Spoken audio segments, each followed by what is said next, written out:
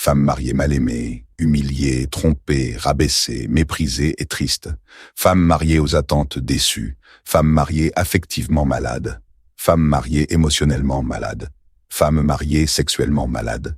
Femme mariée, toi qui avais été aimée au grand jour, devant parents et amis, qui aujourd'hui est rejetée dans le secret de ta maison, dans le secret de ton lit conjugal. Femme mariée, toi de qui on attend la fécondité, la pudeur, la réserve, la dignité, l'obéissance, en contrepartie uniquement d'un bout de fer, qu'il soit en or ou en diamant, peu importe, qu'on t'aurait mis au doigt. Tu avais rêvé de cette bague, de cette alliance, comme signe d'amour, comme la matérialisation de l'amour. Tu comprends aujourd'hui qu'en réalité c'est le prix de ton acquisition comme un bien. Le constat est amer. Tout ce que tu avais lu sur l'amour dans ces livres et romans à l'eau de rose, dont tu avais tant rêvé, est absent de ta vie. Hélas, la désillusion est atroce. Une tempête se forme en toi. Une colère gronde en toi. Un désir de vengeance se nourrit de tes peines et de tes frustrations. Oh, je prie pour toi, afin que tu ne perdes pas la raison. Ne tombe pas dans les bassesses. Encouragé par ces slogans sur l'égalité des droits entre hommes et femmes, ces slogans des féministes, ces théories sur l'émancipation de la femme. Ne t'inscris pas dans ce réseau des relations parallèles, de vie double, qui promeut le déclin des valeurs. Toutes ces choses ne pourront pas apaiser ta conscience une fois que ta chair satisfaite se rebellera contre la paix de ton âme. On te proposera l'adultère et on te dira c'est ainsi, ça se passe ainsi, c'est la solution pour que tu souffres moins.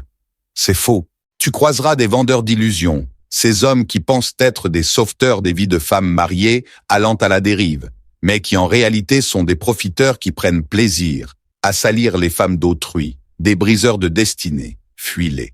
Femme libérée, décomplexée et émancipée ne veut pas dire femme frivole, femme adultère, femme qui renonce à la foi. Le mariage est une responsabilité. Ce n'est pas un jeu de « tu sors, je sors ». Tu me trompes, je te trompe. Demeure fidèle à ton poste. Épuise ta force en Dieu. Ne crée pas des vies dans ta vie. Est une seule vie. Celle d'une épouse digne. Reste digne à tout prix. Dans ce grand désert de ta vie, lève les yeux vers Dieu. Va dans sa présence. Va dans le lieu secret de grâce, de paix, de plénitude, de joie, d'espérance. L'intimité de Dieu. En Dieu, la femme trouve tout le nécessaire pour une belle et bonne construction d'elle-même. Pour elle-même d'abord, pour époux et enfants. Laisse Dieu te construire et te parfaire. Tu seras pétri, malaxé, cassé par moments, remodelé. Ce sera douloureux. Mais ce que tu deviendras sera époustouflant à tel point que les yeux qui t'assimilaient au vide constateront le changement et devront se poser sur toi désormais avec respect et amour. La vie d'une épouse se vit avec Dieu, avec la sagesse de Dieu, avec le Saint-Esprit de Dieu.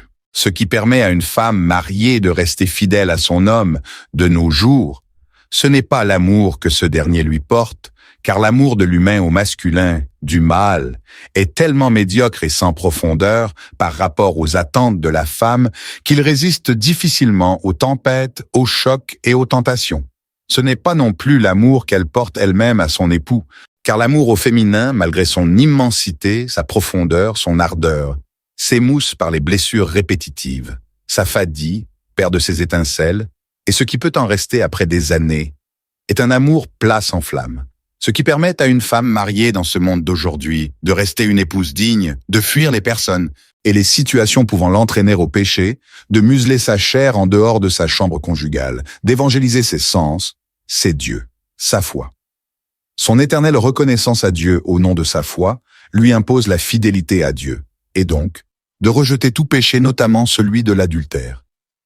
Sa fidélité à Dieu entraîne automatiquement sa fidélité à son homme. Femme mariée éprouvée, valorise ta foi, ton appartenance à Dieu, fais ta part d'épouse vertueuse, défends les valeurs morales et spirituelles, ne les brade pas par vengeance ou pour satisfaire quelque besoin que ce soit, et Dieu, pour qui tu réprimes toutes les sollicitations de ta chair, fera sa part. Si tu invites Dieu, en vérité dans ce que tu vis, et si tu le laisses te conduire, comme la reine Esther avait trouvé grâce devant le roi, tu trouveras grâce devant ton époux.